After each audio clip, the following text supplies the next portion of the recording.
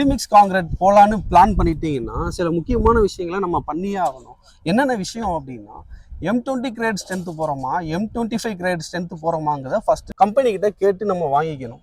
வாங்கிக்கிட்டு சைட்டுக்கு வந்த உடனே பேஜ் ரிப்போர்ட் வாங்கிடணும். பேஜ் ரிப்போர்ட் என்ன சொல்லுது அப்படின்னா, எவ்வளோ கோர்ஸ் அக்ரிகேட் யூஸ் பண்ணியிருக்கோம், அதாவது சின்ன ஜல்லி எவ்வளோ யூஸ் பண்ணியிருக்கோம், சிமெண்ட் எவ்வளோ யூஸ் பண்ணியிருக்கோம், வாட்டர் கண்டென்ட் எவ்வளோ யூஸ் பண்ணியிருக்கோம், அட்மிக்சர் எவ்வளோ யூஸ் பண்ணியிருக்கோம் அப்படிங்கிற கண்டென்ட்டு அந்த பேஜ் ரிப்போர்ட்டில் இருக்கும்.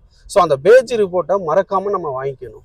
வாங்கிக்கிட்டு மினிமம் ஒரு 6 கியூப்பு போடணும் ஒவ்வொரு வண்டி வர்றப்பையும்.